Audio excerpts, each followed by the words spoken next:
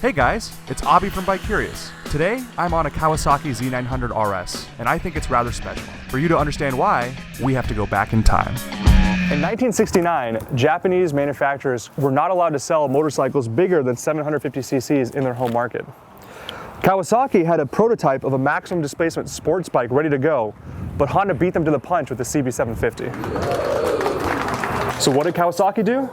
Thankfully for us Americans, they decided bigger is better, and they went back to the drawing board. While the Z1 was in development, Kawasaki had an internal code name for it: New York Steak. As they put it, we knew in America the best meal on the menu was New York Steak. In our minds, the Z1 was going to be the best motorcycle we could make, the top of the menu. So they one-upped Honda by releasing the 903 cubic centimeter Z1. As they say, the rest was history. The Z1 was faster, sexier, and it won MCN's Motorcycle of the Year 4 years in a row. It was a legend.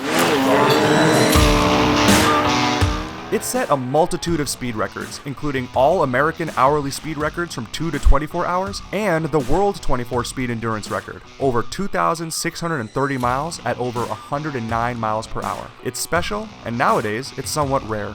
Roughly 20,000 first-year Z1s were built, and nowadays I'd say that less than 1,000 are known to exist. Luckily, one of them is owned by a reader of mine, so I've come up to Hollister, California to meet him, check out his bike, and see how well Kawasaki has paid tribute to the New York Steak.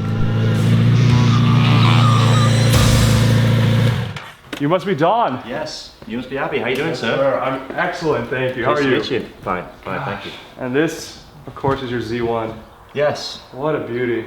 All right, sir, talk to me. What's your story? How did you get this? Okay, so this is a very early model Z1. It was built September 72. Okay. It's number 265 out of 20,000 built. Okay. For a 73 model year.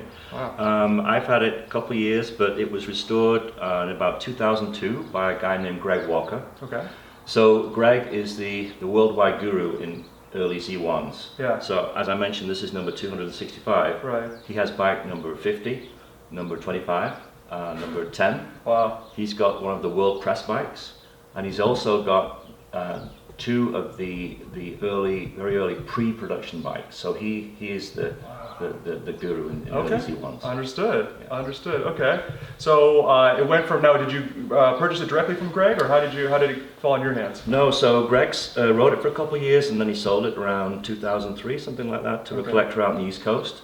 That gentleman had it for quite a few years, and it spent some time in the AMCA museums in Pennsylvania and in New York on display there. Okay. And then, unfortunately, he passed a couple, 3 years ago. And he also had a large collection of vintage Indians. So his whole estate of bikes was bought by an Indian collector in New York. He had no use for a Z1, so he put it on eBay, and I was the lucky guy that won the auction. Oh, wow. Mm-hmm. Lucky indeed. That's fantastic. Mm-hmm. What a great find. Yeah. Well, I'll tell you what. It's one thing to see it here in your garage. I'd love to see it on the road. Okay, let's take it for a spin. Let's go see the new one.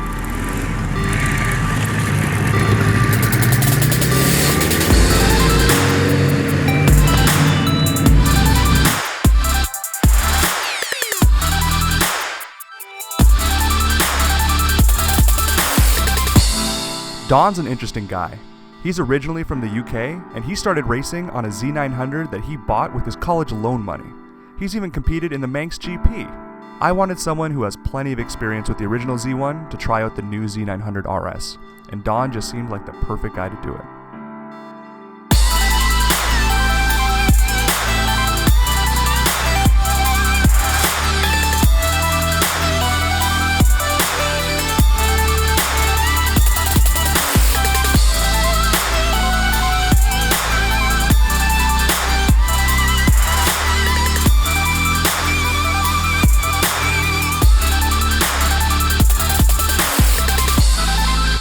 What a great ride. It's not every day that you get a chance to ride a piece of motorcycling history like this. Well, I guess if you're Don, you do.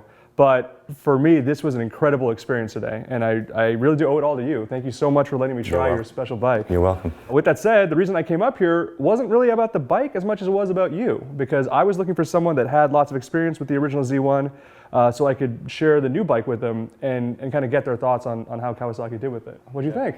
Well, I think Kawasaki really got the looks right. I mean, it's a modern bike. It's 45 years newer than the original Z1, but I think Kawasaki really did a great job with it. Suspension's great, brakes are great, really nice mid-range power. It's 60 pounds lighter than the Z1, but it feels much, much lighter than that, and it's just a very easy bike to go fast on.